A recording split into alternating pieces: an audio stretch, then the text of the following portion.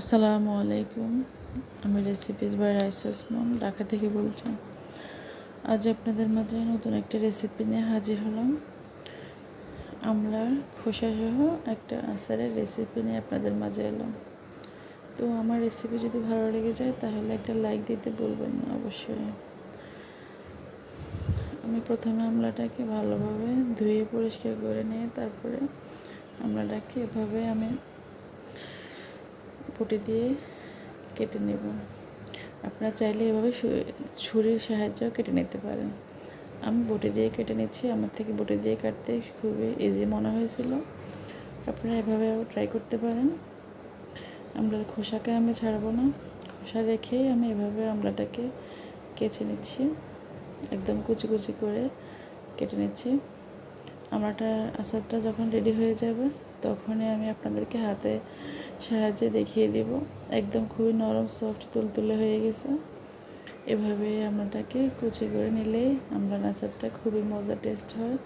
আপনারা চাইলে এভাবে এই আচারটা বাসায় তৈরি করতে পারেন। যে কোনো সময় যে কোনোভাবেই খিচুড়ি দিয়েও খেতে পারবেন বা মাংস পোলাও ভাতের সাথেও খেতে পারবেন।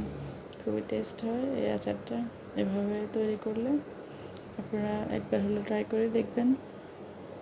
আমরা এই শেষ সিজনে আমি এই রেসিপিটা আপনাদের মাঝে শেয়ার করলাম। যদি আমার এই রেসিপি ভালো লেগে যায় তাহলে আমার ছোট্ট চ্যানেলটিকে বড় করার সুযোগ করে দেবেন।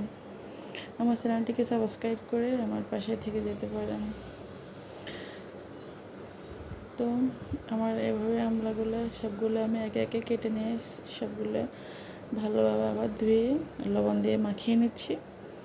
আমি 3-4 ঘন্টা এভাবে মাখিয়ে রাখবো লবণ দিয়ে। তারপরে আমলা থেকে কিছু টক পানি বের হয়ে যাবে। তারপরে আমি আবার ধুয়ে পরিষ্কার করে মুছে তারপরে আমলাটাকে আমি তৈরি করব। আপনারা দেখতেই থাকেন, দেখে বুঝতে পারবেন। আমার পরিষ্কার করা ধুয়ে নেওয়া হয়ে গেছে আমলাটাকে। এভাবে আমি এখন লবণ দিয়ে মাখিয়ে নেব। মাখিয়ে আমি রেখে দেব। 2 থেকে 3 ঘন্টা রাখতে পারেন বা 4-5 ঘন্টা রাখতে পারেন। আপনাদের হাতে যদি সময় থাকে তাহলে 5-6 ঘন্টা রেখে দিতে পারেন। আমি প্রায় 6 ঘন্টা রেখেছি এভাবে মেখে। তারপরে অনেকগুলো পানি বের হয়েছে, টক পানিগুলো বের হয়ে গেছে। তো এভাবে আমি রেখে দিচ্ছি সবগুলোর সাথে লবণ মাখিয়ে। আমি এখানে 1/2 লিটার আমলাকে আচার করতেছি। আপনারা চাইলে 1 কেজি বা 2 কেজি করতে পারেন। আমি 1/2 লিটার করে আপনাদেরকে দেখিয়ে দিচ্ছি। এভাবে আমি সারা রাত রেখে দেব ঢাকনা দিয়ে ডেকে।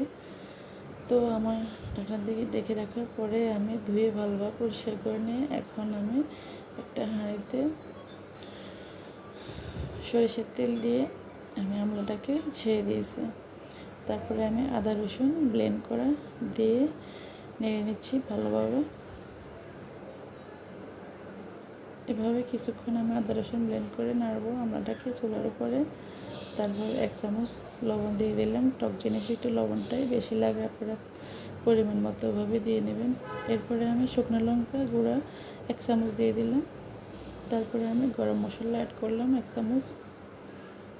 সবগুলো উপকরণ আমি একসাথে মিশিয়ে নেব। তারপরে গ্রানের জন্য এলাচ আর দারচিনি ইউজ করলাম। 2টা দারচিনিকে ভেঙে আমি দিয়ে দিলাম আর 2টা এলাচ দিয়ে দিলাম, দেখতে পেলেন। এভাবে এগুলো সব ধরনের মশলাকে আমি ভালোভাবে নেড়ে চেড়ে অ্যাড করে নিচ্ছি, মাখিয়ে নিচ্ছি আমলাটার সাথে। তারপরে আমি কোনো ধরনের চিনি ইউজ করব না। আমলাটা আচারের সাথে আমি আখের গুঁড়া দিয়ে আমলাটা করব, তাহলে কালারটা খুবই সুন্দর আসবে, খেতেও অনেক সুন্দর একটা গ্রান আসবে। এভাবে আমি গুড়গুলোকে মিশিয়ে নিচ্ছি চামচের সাহায্যে নেড়ে চেড়ে।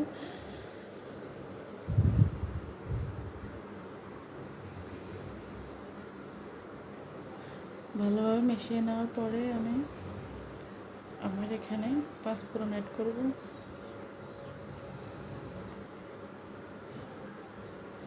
5 ফোড়নের গুঁড়াটা আমি অ্যাড করতেছি। 2 টেবিল চামচ আমি 5 ফোড়নের গুঁড়া দিয়ে দিলাম। সাথে আমি আস্ত 5 ফোড়নও দেব 1 চা চামচ।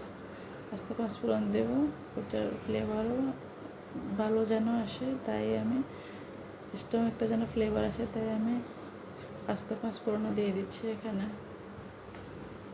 সাথে অ্যাড করতেছে।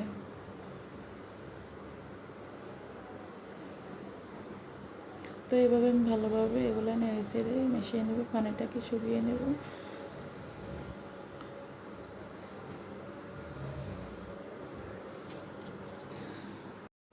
গুড়টা যখন চুলার উপর দিয়েছি তখন এগুলো লিকুইড হয়ে গেছে।